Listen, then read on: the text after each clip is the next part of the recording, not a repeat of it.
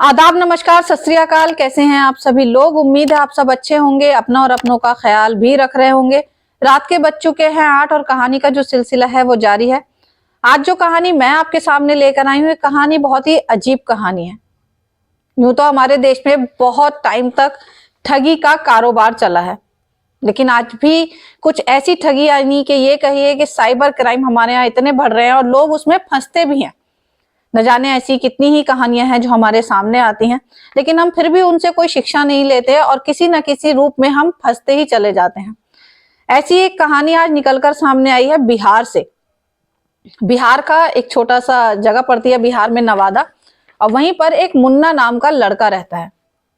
मुन्ना को लगता है जब बड़ा होता है कि कुछ काम धंधा किया जाए, तो इसी काम धंधे के चक्कर में वो राजस्थान पहुंचता है, यानी कि राजस्थान के मेवाड़ जिले में पहुंच जाता है। जब मेवाड़ जाता है और नौकरी या काम की तलाश करता है, तभी उसकी जो कुछ लोग होते हैं जो साइबर क्राइम में अच्छे से फंसे होते हैं, यूं कहिए माहिर होते हैं, उनसे उसकी मुलाकात हो जाती है। और वो ऐसी ऐसी कई चीजें सीखता है कि किस तरह से लोगों को ठगा जा सकता है, लोगों को बेवकूफ बनाया जा सकता है। बहुत सारी ऐसी चीजें वो सीखता है। लगभग 5 साल वो अपने घर से बाहर रहता है, यानी बिहार से 5 साल वो राजस्थान में रहता है। अब घर वालों को भी नहीं पता कि भाई नौकरी कर रहा है, काम कर रहा है, क्या चीज कर रहा है। घर वालों को ये पता है कि बच्चा गया हुआ है, काम ही कर रहा होगा, अच्छा पैसा, ठीक ठाक सी आमदनी, सब कुछ कमाई। 5 साल बाद अपने घर आकर यानी कि बिहार वापस आता है और अपनी माँ से और बाप से यानी घर वालों से कहता है कि अब मैं यहीं रह करके काम करूंगा। जो हमारे गांव का एक तालाब है, मैं उसी में मछली पालन का काम स्टार्ट करना चाहता हूँ। अब घर वालों को भी लगता है कि ठीक है, मछली पालन का काम भी अच्छा है, बच्चा करना चाहता है तो ठीक है, कर लेगा, ठीक ठाक पैसा भी था उसके पास। वहीं गांव के तालाब के पास एक खंडर भी था, उसका घर गृहस्थी वहां पर थी। तो वो उस खंडर वाले घर को थोड़ा सा रिपेयर करा लेता है, इधर तालाब को भी ठीक सा करा लेता है, उसकी भी मरम्मत कराता है। कुछ मछलियां उसमें डाल दी जाती हैं। इधर जो खंडर था उसको भी रिपेयर कराता है, 2 मंजिला उसको बना लेता है। पूरा सेटअप तैयार हो जाता है। घर वालों से कहता है कि अब मुझे कुछ लोगों की जरूरत है। इधर गांव में घूमता फिरता है और कुछ ऐसे लड़कों की तलाश करता है जो बोलने चालने में ठीक हो, थोड़े बहुत पढ़े लिखे हो, उनको चीजों की समझ हो। अब ऐसे ही धीरे धीरे वो गांव के लड़कों को इकट्ठा करना शुरू कर देता है। पहले तो उन्हें मछली पालन के ही बारे में बताता है, उसके थोड़ी सी उसे नॉलेज देता है, और धीरे धीरे इसी बीच उनको सोशल मीडिया की भी नॉलेज देने लगता है, यानी कि ट्रेनिंग चलने लगती है कि फेसबुक हो गया, ट्विटर हो गया, इंस्टाग्राम हो गया, गूगल ऐड होगा, कि इन सबको कैसे हैंडल किया जाता है, बात कैसे की जाती है, मोबाइल नंबर क्या होते हैं। जहां उसने 2 फ्लोर का घर बनाया था तालाब के पास खंडर में, वहां नीचे वाले फ्लोर पर उसने कुछ सिम कार्ड्स, कुछ मोबाइल के चार्जर, प्रिंटिंग मशीन, इन सभी का सेटअप किया हुआ था। और जो सेकंड फ्लोर था वहां पर उसने सारे लड़कों के बैठने की सुविधा की हुई थी। अब ऊपर का फ्लोर इसलिए लिया गया था क्योंकि जो ये तालाब और खंडर था ये गांव से बहुत ज्यादा दूर था, यानी कि आसपास लोगों का आना जाना भी नहीं था। और नवादा में ना ही कोई पुलिस की इस तरह की कोई आना जाना होता था कि भाई पुलिस आ रही है, वो लोग भी अपना बेफिक्र रहते थे। अब काम शुरू कर दिया जाता है। जब लड़कों की भी ट्रेनिंग हो जाती है, लगभग 20 से 22 लड़के काम करना शुरू कर देते हैं। इधर फेसबुक पर एक ऐड तैयार किया जाता है और उस कंपनी का नाम रखा जाता है ऑल इंडिया प्रेग्नेंट जॉब। यानी कि अगर इस हिसाब से देखें तो ऑल इंडिया प्रेग्नेंट जॉब वो इस तरह से दिखाता है कि जो महिलाएं शादी के बाद भी मां नहीं बन सकती, उन्हें आपको प्रेग्नेंट करना है, और अपना नीचे नंबर मेंशन कर देता है, कुछ खूबसूरत लड़कियों की फोटो लगा देता है। इस तरीके से प्रॉपर एक ऐड बनाया जाता है और उसको फेसबुक पर पोस्ट कर दिया जाता है। जब ऐड पोस्ट हो जाता है तो कॉल्स आनी शुरू हो जाती हैं। अब वो अपना जो एरिया चुनता है कि जहां से उसे लगता था कि यहाँ के लोगों पर फोकस करना है, उसमें यूपी, बिहार, हरियाणा, पंजाब, झारखंड, राजस्थान, उड़ीसा, पश्चिम बंगाल, ये सब उसने एरिया कवर कर रखे थे, यानी स्टेट्स कवर किए हुए थे, और यहीं से उसका कारोबार चलना शुरू हो जाता है। लोगों के कॉल्स आते हैं। अब इसमें सबसे पहले जब एक व्यक्ति का कॉल आता है, अब वो सारी डिटेल पूछता है, तो उसको बताया जाता है कि सर हम एक जो है ये बहुत ही अच्छा काम कर रहे हैं, नेक काम कर रहे हैं, जिसमें कुछ ऐसी महिलाएं हैं जो कभी मां नहीं बन सकती किसी भी कारण से, तो हम उनको मां बनने का सौभाग्य प्राप्त कराते हैं। ये एक ऐसा काम है जिसमें आपको एक लेडी को प्रेग्नेंट करना है, और दूसरा इसमें आपको अगर आप प्रेग्नेंट कर पाते हैं तो आपको 13 लाख रुपए मिलते हैं, 10 लाख से 13 लाख तक, और अगर आप नहीं कर पाते हैं तो भी फिक्स अमाउंट 5 लाख का आपको दिया जाएगा। ये बात तो उस आदमी को बता दी जाती है जो कॉल करके डिटेल लेता है। उसको भी लगता है कि यार काम तो ठीक है, अगर हम कुछ भी नहीं कर पाए तो कम से कम 5 लाख रुपए तो आएंगे। अब वो पूछता है कि आगे मुझे क्या करना है। तब सबसे पहले उसको बताया जाता है कि आपको एक एफिडेविट बनवाना है, जिसमें 100 रुपए से लेकर 500, 1000 जैसी भी सिचुएशन होती थी वो एफिडेविट के लिए बोलते थे, कि इसमें आपको लिख कर देना है कि ये आप जो काम करने जा रहे हो, यानी किसी को प्रेग्नेंट करने जा रहे हो, ये आप अपनी मर्जी से कर रहे हैं, आपके घर वाले भी इसमें रजामंद हैं, आपके ऊपर इसका कोई भी दबाव नहीं है, और जो बच्चा आपके प्रेग्नेंट करने से होगा उसके ऊपर आपका कोई भी अधिकार नहीं होगा, यानी उस बच्चे पर कल को आप अधिकार नहीं जता सकते। इस तरह की कुछ शर्तें रखी जाती हैं और उसमें नीचे साइन करा करके और उस रजिस्ट्रेशन फी उसको बता दी जाती है। तो रजिस्ट्रेशन फीस जो होती है वो रखी जाती है 799 रुपए की।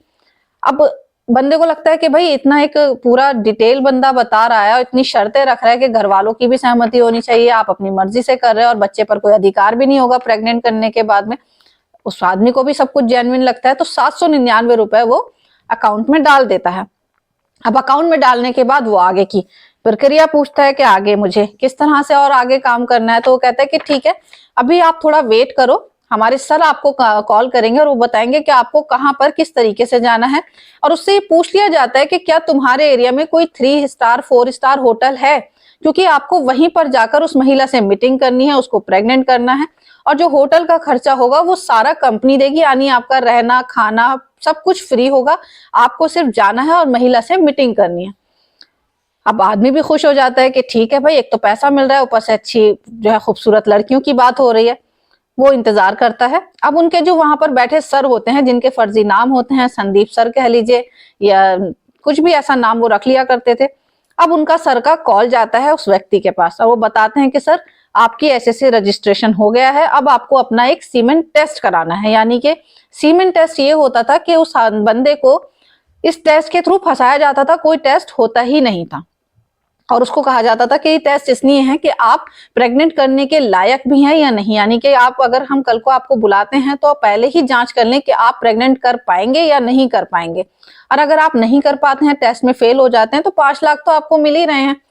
अब बंदे को भी लगता है कि ठीक है टेस्ट कराना है। अब टेस्ट की रकम भी उसी से ही ली जाती थी, जिसका अमाउंट लगभग 1500 से 2000 2200 इस तरह से वो बता दिया करते थे। जैसा बंदा होता था वैसे पैसे कर दिया करते थे। अब बंदे को लग रहा है कि भाई टेस्ट भी होना तो जरूरी है, जाहिर सी बात है, अगर यही चेकअप नहीं होगा तो कैसे पता चलेगा आगे के भाई बंदे को 5 लाख देने हैं, 13 लाख देने हैं, 10 लाख देने हैं। अब वो बेचारा बंदा भी पैसे जमा करा देता है अकाउंट में, फिर से 2000 रुपए जमा कराने के बाद अब वो इंतजार करता है। वो फिर से उसे कहते हैं कि अब फिर से आपको सर कॉल करके पूरी डिटेल बता देंगे कि आपको आपके नियर बाय होटल में जाना है। अगर आपके यहाँ कोई 3 स्टार होटल होता है तो आपको वहां जाना पड़ेगा, नहीं तो फिर इसके बाद आपको मुंबई ही जाना पड़ता है, जिसका फ्लाइट का खर्चा भी कंपनी देगी और होटल का खर्चा भी कंपनी ही प्रोवाइड कराएगी, यानी हमारी ऑर्गेनाइजेशन पूरा खर्चा उठाएगी आपका। अगर आप अपने एरिया में जाने के लिए कंफर्ट नहीं है होटल में, तो फिर आपको मुंबई ही जाना पड़ेगा, ये उनका एक क्लॉज होता था। अब सभी कुछ ठीक ठाक हो जाता है, 2000 रुपए भी दे दिए, इधर 800 रुपए भी दे दिए, तो लगभग 2200-2300 रुपए चले गए बंदे के। तो उसे भी लगता है कि भाई सही सूट चल रहा है मामला सारा। अब उसे सर फिर से कॉल करते हैं और कहते हैं कि आप अपना अकाउंट चेक करिएगा, हम आपके पैसे ट्रांसफर कर रहे हैं, क्योंकि रिपोर्ट कभी भी आए यस में आए, यानी कि आप रिपोर्ट आपकी ओके आए या निगेटिव आए, लेकिन पैसे 5 लाख तो देने ही है, तो फिलहाल 5 लाख आपके अकाउंट में आ जाएंगे। अब उसको बैंक की तरह एक मैसेज भी फॉरवर्ड किया जाता है कि आपके अकाउंट में 4,72,000 समथिंग रुपए इसका मैसेज किया जाता है कि ये आपके अकाउंट में जा रहे हैं। अब वो व्यक्ति जो है वो मैसेज भी देखता है कि भाई पैसे क्रेडिट हो रहे हैं, लेकिन अकाउंट में उसके पैसे नहीं जाते। अब वो फिर फोन का इंतजार कर रहा है, तब उनको वही सर फिर से कॉल करते हैं और वो कहते हैं कि सर जैसे कि आपको पता है जीएसटी का पंगा होता है, सरकार ने जीएसटी लगाई हुई है, आपका अकाउंट ब्लॉक है, आपने जीएसटी भरी नहीं होगी, इस वजह से ये अमाउंट आगे जा ही नहीं पा रहा है आपका। तो आप लिहाजा इस अमाउंट का जो जीएसटी बनता है वो बनता था लगभग 20,000 22,000 इस तरीके से, कि जब तक आप ये जीएसटी नहीं भरेंगे आपके अकाउंट में पैसे शो तो करेगा लेकिन आप निकाल नहीं सकते। अब उस व्यक्ति को समझ भी आता है कि बात तो ठीक है, गवर्नमेंट के रूल है, इसमें तो कोई भी कुछ नहीं कर सकता। अब वो मिडिल क्लास बंदा 20-22,000 रुपए जो महीने के खुद कमाता है, क्योंकि टारगेट ही ऐसे लोगों को किया करते थे जिसमें उनकी आमदनी इतनी हो, ज्यादा पैसे वाले पार्टी फंसाते ही नहीं थे। अब वो बंदा उधार ले रहा है, कर्जा कर रहा है या जो भी कुछ कर रहा है, इंतजाम करके वो 20-22,000 रुपए भी अकाउंट में डाल दिया करता था, यानी एक व्यक्ति से लगभग 25,000 रुपए आ जाते थे। अब जैसे ही जीएसटी का अमाउंट आता था अकाउंट में, इसके बाद अब वो बंदा वेट कर रहा है, वो व्यक्ति वेट कर रहा है, वो कॉल कर रहा है, नंबर बंद, स्विच ऑफ, नॉट रीचेबल। उसके बाद ये लोग अपना नंबर चेंज कर लिया करते थे।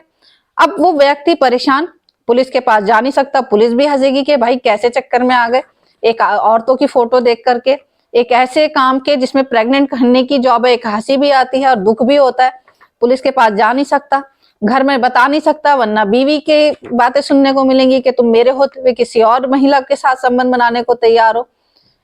अब इस तरह कोई कंप्लेंट भी नहीं करता था पुलिस के पास में। अब ये तो एक व्यक्ति का केस था और इसी तरह उसने कर करके 2.5 करोड़ से भी ज्यादा रुपए कमा लिए थे। यानी कि ठगी का इतना बढ़िया व्यापार उसने चलाया कि 2.5 करोड़ से ज्यादा उसके अकाउंट में पैसे आ गए। अब सब कुछ इसी तरह चलता रहा। तभी इस एड पर, जो फेसबुक पर वो चलाते थे या सोशल मीडिया पर जितने ऐड चलते थे, एक बंदे की नजर पड़ जाती है, किसी व्यक्ति की नजर पड़ जाती है। वो सोचता है कि यार ऐसी कौन सी कंपनी आ गई कि ऑल इंडिया प्रेग्नेंट जॉब चल रही है, और इस तरह की तो कोई कंपनी नहीं है, इस तरह कोई जॉब दे ही नहीं सकता कि प्रेग्नेंट करने की भी जॉब होती है। अब वो पुलिस के पास इसको लेकर के जाता है। पुलिस के भी दबे दबे कानों में आवाज गई थी कि भाई ठगी का एक बहुत बड़ा कारोबार चल रहा है और इसी के नाम पर चल रहा है। इधर जो गांव वाले थे वो भी निकलते बढ़ते नजर पड़ रही थी कि यार मछली पालन का काम जिसने कहा था, मछलियां तो तालाब में 4 हैं, लेकिन जो लड़के, जो टीम बैठी है वो ऊपर सेकंड फ्लोर पर बैठकर, उनके हाथों में मोबाइल रहता है, हमेशा बातें करते रहते हैं। तो ऐसा मछली का कौन सा पालन है जो फोन पर होता है। अब जो छोटे मोटे दबके के कांस्टेबल और पुलिस होते थे, उनके से लोग आपस में बातें कर लिया करते थे, उनके कानों तक भी बात गई। अब तभी एक बंदा उठ करके पुलिस के पास नवादा का भी जाता है कि हमारे यहाँ गांव के जो तालाब है उससे कुछ ही दूरी पर एक घर बना हुआ है, 2 फ्लोर का घर है, और उसमें इस तरह का कुछ काम चल रहा है, वो शक होता है। पुलिस की टीम वहां पर जब जाती है, अब मैंने जैसे बताया था कि उसने 2 फ्लोर बना रखे थे, तो ऊपर वाला फ्लोर उसने इसलिए सिलेक्ट किया था कि टीम के लिए कि अगर कोई आएगा तो दूर से दिखाई दे जाएगा, और दूसरा नेटवर्क भी अच्छा आता था, सेकंड फ्लोर पर कनेक्टिविटी अच्छी थी, तो दोनों ही काम बढ़िया चल रहे थे उसके। तभी उसको खबर मिल जाती है कि पुलिस की टीम छापा मारने आ रही है। तो काफी ज्यादा बंदे वहां से फरार हो जाते हैं, लेकिन मौके वारदात से 8 लोगों को पकड़ा जाता है। 8 लड़के पुलिस के चंगुल में आ जाते हैं। अब जब पुलिस उनको पकड़ करके लाती है, उनसे पूछताछ करती है, कड़ी पूछताछ के बाद वो बताते हैं कि हाँ, हम इस तरीके का काम कर रहे थे। बाकी के जो लोग 18-20 लोग हैं वो फरार थे, 8 लोग कुल पकड़ में आए थे। लेकिन बात पुलिस के सामने टास्क बहुत बड़ा यही था कि जब तक कोई कंप्लेन करने वाला ना हो, पुलिस भी कैसे एक्शन ले सकती है। तो पुलिस ने अभी उन 18 लोगों की भी जांच पड़ताल करनी है, और जो व्यक्ति इसके साइबर क्राइम में फंसे थे, इस जाल में फंसे थे, इस ठगी के में फंसे थे, उन लोगों से भी रिक्वेस्ट कर दी है कि आप आइए और आप अपनी कंप्लेंट दर्ज कराइए। हम आपका चेहरा और आपकी पहचान को गुप्त रखेंगे, लेकिन अगर कंप्लेंट नहीं होगी तो हम आगे कार्रवाई नहीं कर सकते। अब ये एक ही केस नहीं था ठगी का, इसके बाद ये वाले जो मुन्ना था, इसका काम थोड़े दिन के लिए रुका, लेकिन इसी की कॉपी करके और न जाने कितने ही इसी तरह के जो ठगी के केस थे वो आज भी चल रहे हैं। खाली बिहार में ही नहीं, बहुत सारे स्टेट्स में इसी तरह का काम चल रहा है। तो अगर आपके पास भी इसी तरह कोई ऐसी कॉल आती है कि जिसमें आपको कोई ठगी करता है, कोई क्राइम, साइबर क्राइम में आपको फंसाने की कोशिश करता है, या इसी तरह नहीं, बहुत सारे ऐसे ठगी के केस चल रहे हैं कि आपके अकाउंट में इतने पैसे आ जाएंगे, आप अपना अकाउंट नंबर बता दीजिए, आपकी ये स्कीम में नंबर आया है, बहुत सारे ऐसे अभी तक जो है गैंग चल रहे हैं। तो मैं आपको यही कहूंगी कि इन सबसे सतर्क रहें, सावधान रहें, ऐसे किसी भी कॉल में, ऐसे किसी भी ठगी में ना पड़िए। तो ये थी आज की एक वो कहानी जो एक ठग ने पूरे 7-8 स्टेट्स को कवर किया हुआ था। तो आज की कहानी में सिर्फ इतना ही। कल फिर आपसे एक नई कहानी के साथ मुलाकात होगी, तब तक के लिए गुड नाइट।